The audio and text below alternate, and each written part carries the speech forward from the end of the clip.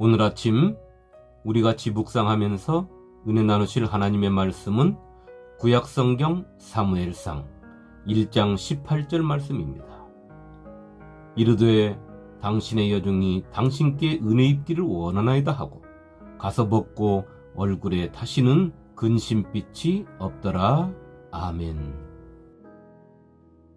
성도 여러분, 오늘 한나의 얼굴이 바뀌었습니다. 항상 근심 어린 얼굴빛을 하고 슬픈 표정을 지으며 살아왔던 한나가 오늘 그 얼굴에서 근심하는 빛이 사라졌습니다. 오늘만 사라진 것이 아니라 영원히 사라졌습니다. 한나의 얼굴에 슬픈 기색이 깃들어 있고 근심 어린 빛이 감돌았던 것은 오직 한 가지 이유에서 그랬습니다. 다른 사람에게는 있는데 자신에게는 없는 것, 아들이 없는 것 때문이었던 것입니다. 그런데 오늘 한나에게 그 근심의 빛이 사라졌습니다. 그렇다면 그녀가 아들을 얻었기 때문에 그런 것일까요? 그러나 그녀에게는 아직 아들이 없습니다. 그런데도 그녀에게서 근심의 빛이 사라진 것입니다. 성경 속 한나는 매년 남편 엘가나와 함께 실로를 찾았습니다. 매년 한나가 여호와의 집에 올라갈 때마다 남편이 그가 체하며 분인나가 그를 격분시키므로 그가 울고 먹지 아니하니. 사무엘상 1장 7절 말씀입니다.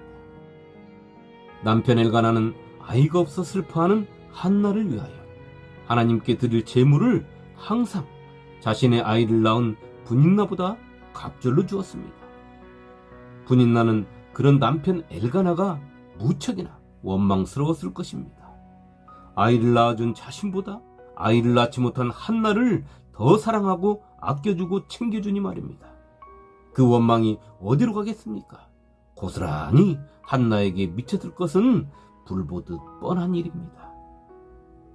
이러한 슬픔이 한나에게 해마다 반복되었습니다. 한나는 해가 바뀔 때마다 아이를 낳지 못하는 것 때문에 그 슬픔이 더해갔을 것이며 근심도 더 깊이 자리 잡았을 것입니다. 그녀의 얼굴에는 그 근심의 빛이 항상 자리 잡고 있었을 것입니다. 그런 그녀에게서 그 근심의 빛이 완전히 사라졌다는 것은 한나에게 아이에 대한 그 어떤 확신이 생기지 아니하고는 있을 수 없는 일인 것입니다. 성도 여러분, 오늘 저는 한나를 통하여 그녀의 모습이 왜 바뀌었나를 살피며 주시는 은혜를 나누고자 하는 것입니다. 한나는 매년 실로에 올라갈 때마다 하나님 앞에 제물만 드린 것이 아닙니다. 한나는 쉬지 않고 하나님 앞에 간절히 기도했습니다. 아이를 갖게 해달라고 말입니다. 그런데 매년 분인나로부터 아이를 낳지 못한 것에 대하여 그 마음에 상처를 입어야만 했던 것입니다. 그래서 울어야 했고 분하고 슬퍼서 아무것도 먹지 못했던 것입니다. 그랬던 그녀가 오늘 우리가 읽은 말씀 속에는 완전히 바뀐 모습인 것입니다. 오늘 우리는 한나를 통하여 하나님께서 주시는 은혜와 몇 가지의 깨달음을 얻을 수 있습니다. 한나는 아이를 얻기 위하여 쉬지 않고 간절히 기도했습니다. 그러나 하나님으로부터 응답을 얻는 것은 항상 실패했던 것입니다. 그렇다면 하나님께서는 왜 한나의 기도에 응답해 주시지 않으셨을까요?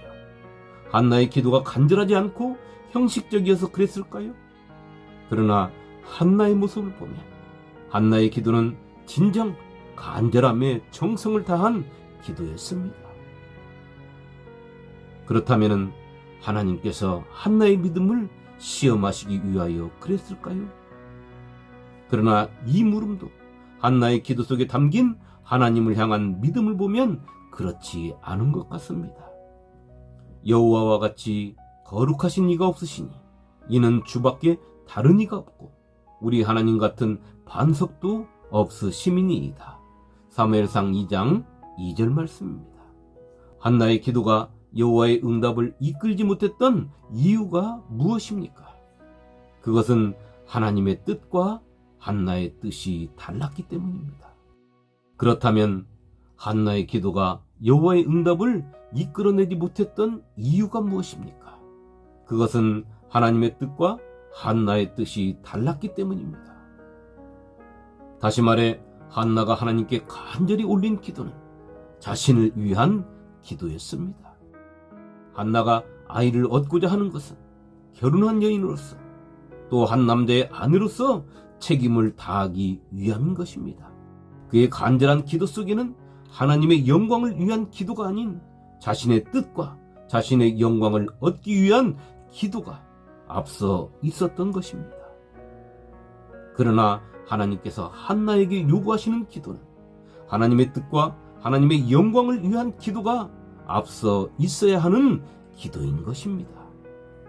하나님께서는 오랜 시간 동안 한나의 태를 닫으셨습니다. 한나에게는 갑절을 주니 이는 그를 사랑함이라. 그러나 여호와께서 그에게 임신하지 못하게 하시니. 사무엘상 1장 5절 말씀입니다. 하나님께서 한나의 태를 닫으신 것은 믿음의 사람 한나에게 초태생은 하나님의 것임을 깨닫게 하신 것이며 아이를 자신의 소유로 삼아 세상 속 자신의 기쁨이 되고 자랑이 되게 하고픈 생각을 벗겨내신 것입니다. 그리고 오랜 시간 동안 고통과 슬픔, 분노 속에서 그것들을 이겨내고 한나의 입술을 통하여 믿음의 고백을 할 수 있도록 하나님께서 오래 참으심으로 기다려 주신 것입니다.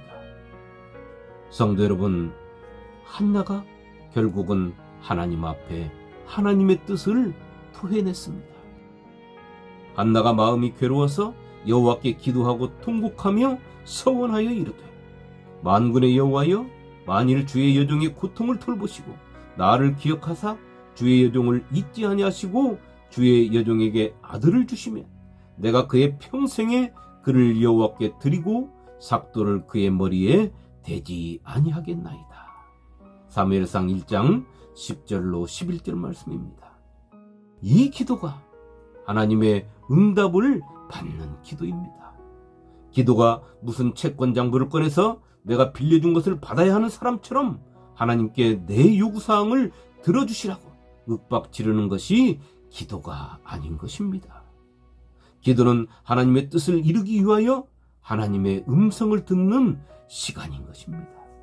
하나님께서 당신의 생명값으로 저와 여러분들을 구원해 내셨을 때는 하나님의 뜻을 이루시기 위하여 구원해 내신 것입니다. 그가 모든 사람을 대신하여 죽으심은 살아있는 자들로 하여금 다시는 그들 자신을 위하여 살지 않고 오직 그들을 대신하여 죽었다가 다시 살아나신 이를 위하여 살게 하려 함이라. 고린도후서 5장 15절 말씀입니다. 한나는 기도하는 가운데 자신의 옛 모습을 버렸습니다.